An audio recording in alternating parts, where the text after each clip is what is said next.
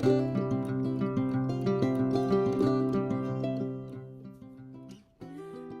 morning, everybody. I am just about to finish the final details, actually the final detail, on my little Adelaide by Samantha Gregory. I know that you guys saw my post last week. Thank you for responding. That was so fun, asking what you guys were working on this weekend. And I actually am really happy to say that I finished her, except for, of course, her hair. I wanted to mention that I have matte on her face because I am going to root the head, and I used thinning medium all around the hairline. Everywhere else has matte, and that is because thinning medium is much more flexible than matte varnish. It's not as hard, and also it makes it so that when you're rooting and puncturing the needle, you will not see those white flecks that sometimes you all have experienced.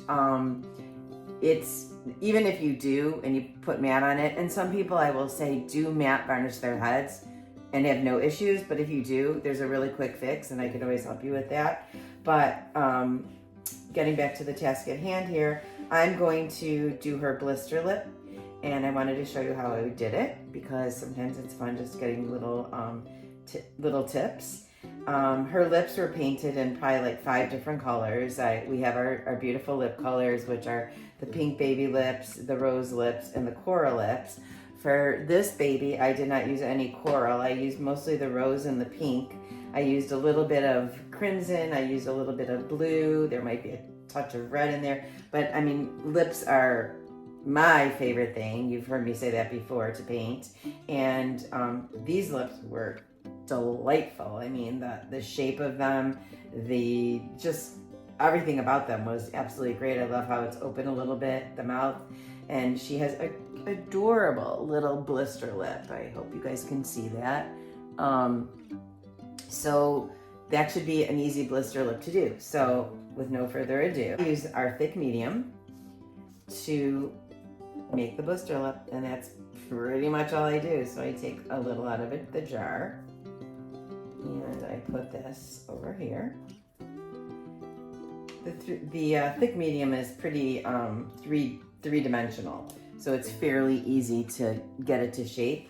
You want to cover the area where the blister lip is kind of cut out. I know some are, cut out meaning like on the sides so that it forms the blister lip, and I know some artists, if they can make their own blister lips, or sculptors have now started to sculpt lips where they have a series of blister lips. And I remember when I was watching my brand new granddaughter, Smiley Miley, she had a series of blisters all over her lips. Even there was a couple on the bottom.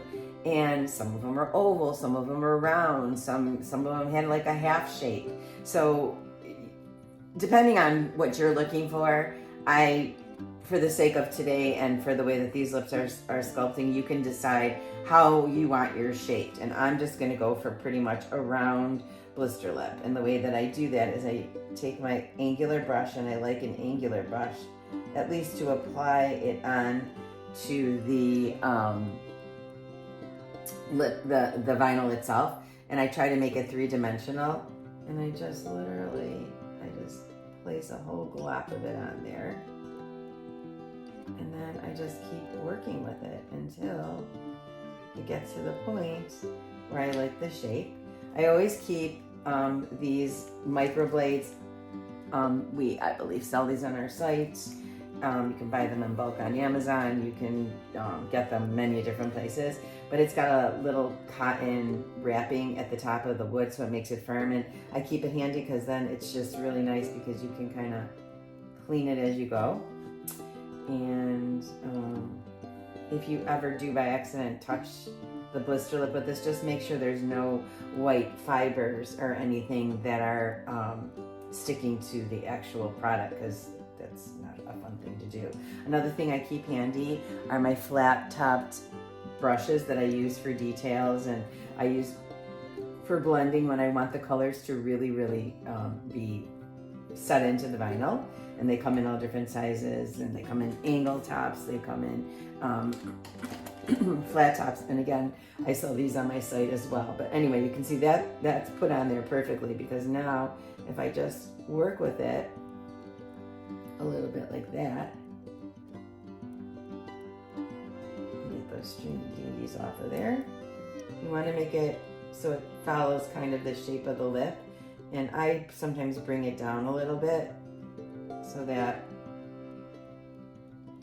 it looks like it actually made a connection with the bottle that's got like a little stringy thing on it. So I will take my trusty microblade, try not to touch it too much, and clean it off. Sometimes I even will take my finger and actually just press it a little bit to kind of manipulate how flat or how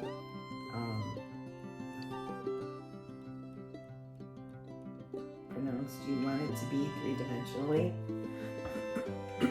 But obviously brushes and the tools that we use to create our reborns probably work better than your fingers. I'm just funny that way.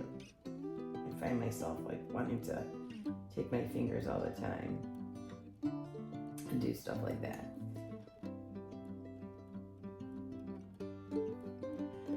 Sometimes during the course of my shaping, I also wanted to tell you that I use one of these. These are those little cheap Pouncers. They come in yellow, they come in pink, they come in all different colors. And I just actually lightly touched it, and it really shaped it out really nicely. I brought it down, I brought the blister lip down a little bit down here too, off camera. So that's pretty much how you do it. So what I'm gonna do, now that I've got a nice shape going here, I'm gonna bake it and 12 minutes at 265, just to establish the base layer. When it comes out, I may like it. I might not do anything more. When it comes, and if I don't like it and I want to get a little bit of more of the 3D, which this looks pretty good, this will flatten a little bit too with baking, because the heat will spread out the product a little bit, but just enough.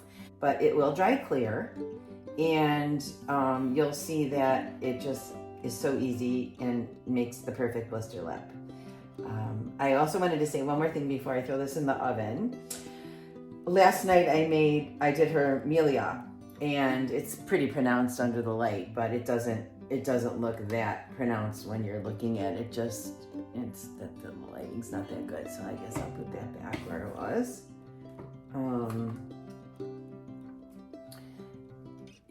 It's not as white as it appears, but what I do for my Melia is I use a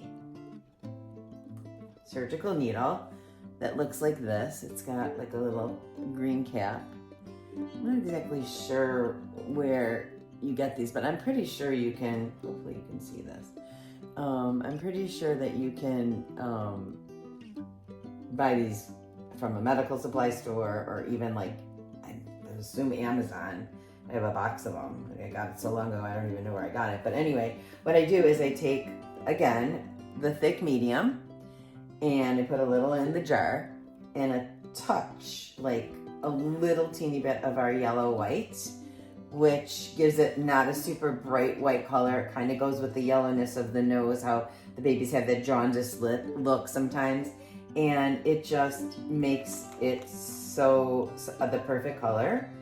Our colors that are pre-mixed, like yellow, white, they are an actual color. They are pre-mixed so that it's not, you do not have to do any mixing when you get it, with the exception of maybe stirring it up to make it more fluid. But these have been mixed for hours to make sure that the yellow or the white isn't going to separate. So I just wanted you to know that this is a great little color. You can use this for nail tips. It's wonderful. It's just, it can tone down, like if you mix some yellow and it just looks too bright, like say you're doing a wash or say you're doing a model layer, just throw a little bit of this in there. Best kept secret. It's a great thing. But anyway, her Melia came out really, really nice, and I did some little pimples on the eyes and whatnot, but she was just too pretty to have too many imperfections, so I just kind of left her as is. But I'm gonna bake this and come back and show you what she looks like. So here she is. She has been baked for 12 minutes at 265, and she came out beautiful with this cute little blister lip. So easy to do, so easy to manipulate, so fun to see the finishing and final results. I like it enough that I think I'm just going to leave her alone. It dried translucent. It looks great from underneath because you can see that it looks like the bottle's, when she's sucking on the bottle, it started here and then it's going to go up, and it is just so flexible, and it just really came out so great. And that thick medium looks to make it so perfect. She's ready to grow some hair. So I hope you enjoyed the video. I hope that you learned something, and I'm always available should you need me.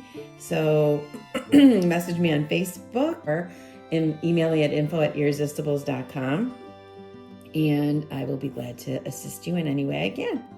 Hope you guys have an amazing day, and thanks for watching. Bye.